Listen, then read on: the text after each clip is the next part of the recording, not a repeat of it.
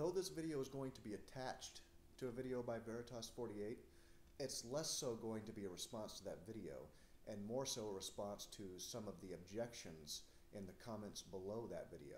Now, I've always taken it for granted that God was the source or the standard of all good things, the standard by which we judge all of our actions by, the standard by which we know that our actions are in accordance with this goodness or they fall well short of this goodness. I've really never seen any logical problem with making this assertion or holding this proposition.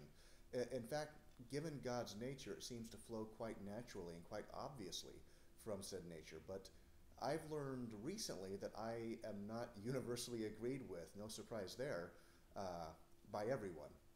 There are some people who seem to have a logical issue with this proposition, and there were a couple making posts on Veritas's video that seemed pretty logical and pretty reasonable. So I wanted to go ahead and try to respond to those two arguments.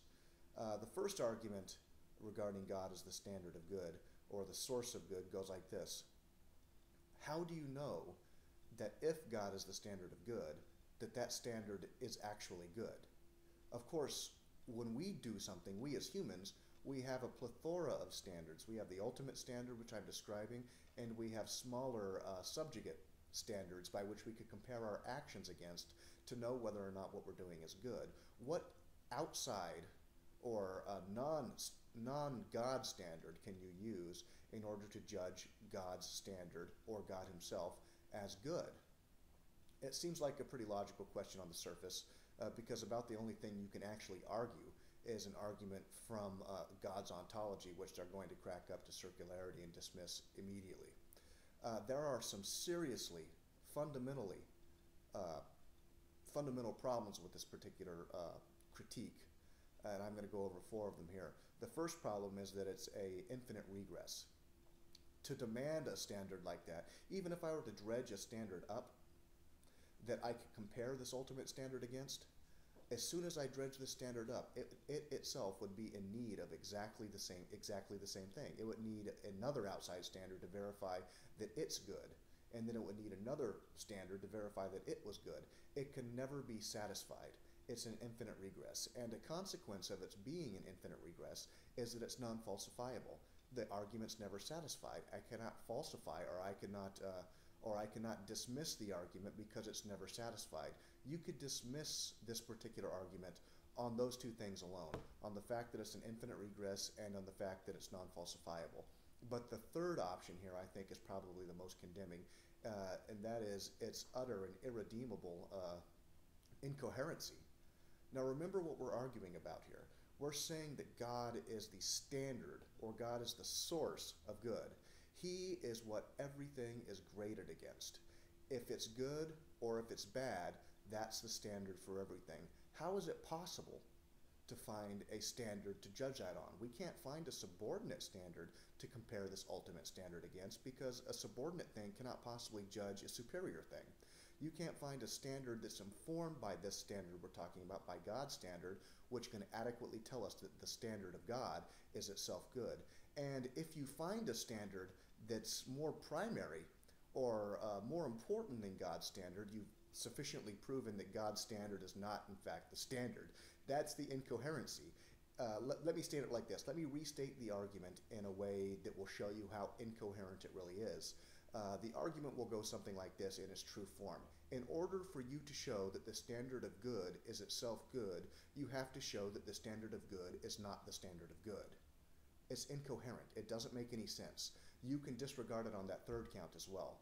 And a possible 4th count you can deny it on here is that it's treading dangerously close to being circular. Of course, the argument itself makes no sense unless it's taken for granted at the onset that the standard we're talking about is not itself the standard. Hence, you cannot arrive at a conclusion or at an argument that says you have to disprove a thing in order to prove itself, or a thing has to disprove itself in order to prove itself, which is essentially what's being asked here. So you have 4 reasonable means to just outright dismiss this particular critique. 1, it's an infinite regress. 2, it's non-falsifiable. 3, it's irredeemably incoherent.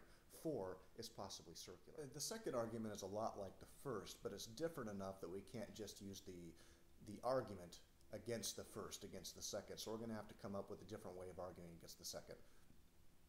Excuse me, the second goes like this. If God is the standard and is not, or did not create the standard, how can you differentiate between those two? In the same sense that, God created the earth, but he is not the earth, or God created time, but he is not himself time. How can you and I, as human beings, distinguish between whether or not God is the standard or God created the standard?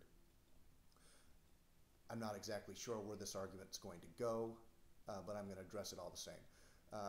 First off, I want to point out that this could be a distinction without a difference. God is, of course, timeless. He has the attribute of aseity. Aseity means that he is in need of nothing for his existence because he essentially created himself. He always has been, always will be, and he doesn't need anything else for his existence. Now, given that, you can look at it in this way. God created himself. God himself is the standard of good. Therefore, God created the standard of good. Therefore, God is both the standard of good and created the standard of good. Of course, under this rendering, creating or being is not a distinction at all. It's both, you could crack both up to the same thing. That's the first point. The second point is, I don't think you can have it otherwise.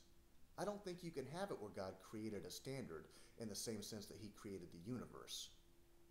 As a river cannot rise higher than its source, if you recall correctly, an aqueduct doesn't run up and away from the source of water, it runs down and away from the source of water.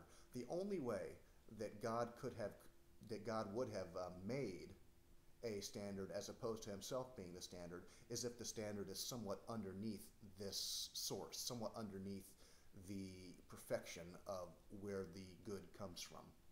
But we're told biblically that standard is perfect.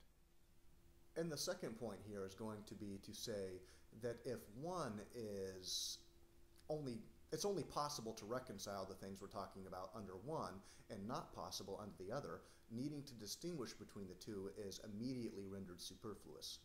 In other words, if it is only conceivable that God is the standard of good as opposed to making a standard of good, there's no reason to try to differentiate between the two because one is abundantly true and the other is abundantly false. I think that this is probably the case. God is defined as a being who cannot do wrong. It follows logically that a being who is the standard of goodness cannot, by definition, do anything wrong. However, an argument can be made that even a perfect being can do something wrong if we're talking about an outside or an independent standard, even if he created that standard. Now, you might argue that perfection would handicap that ability, but it can be argued. I'm not taking one path or the other.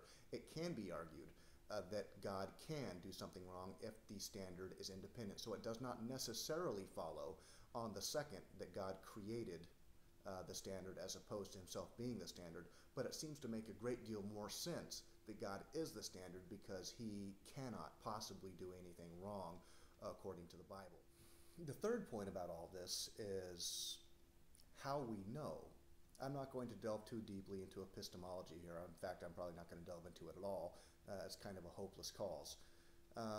If you are secular, I would argue, yeah, the only way you can arrive at that conclusion is via logical deduction because you've already dismissed this particular God as being able to communicate particular truths to you.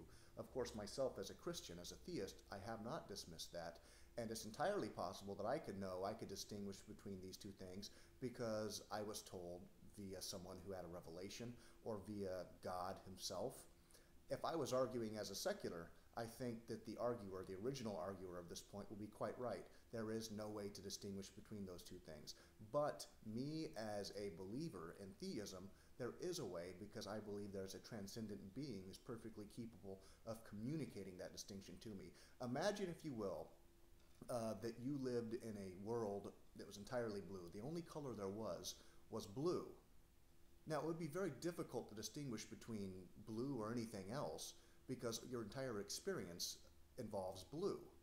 However, let's say that one group of people had some person from a completely different, colorful place come and talk to them and explain to them what colors were and explain to them how terribly strange their entirely blue world is. Would those people be able to differentiate?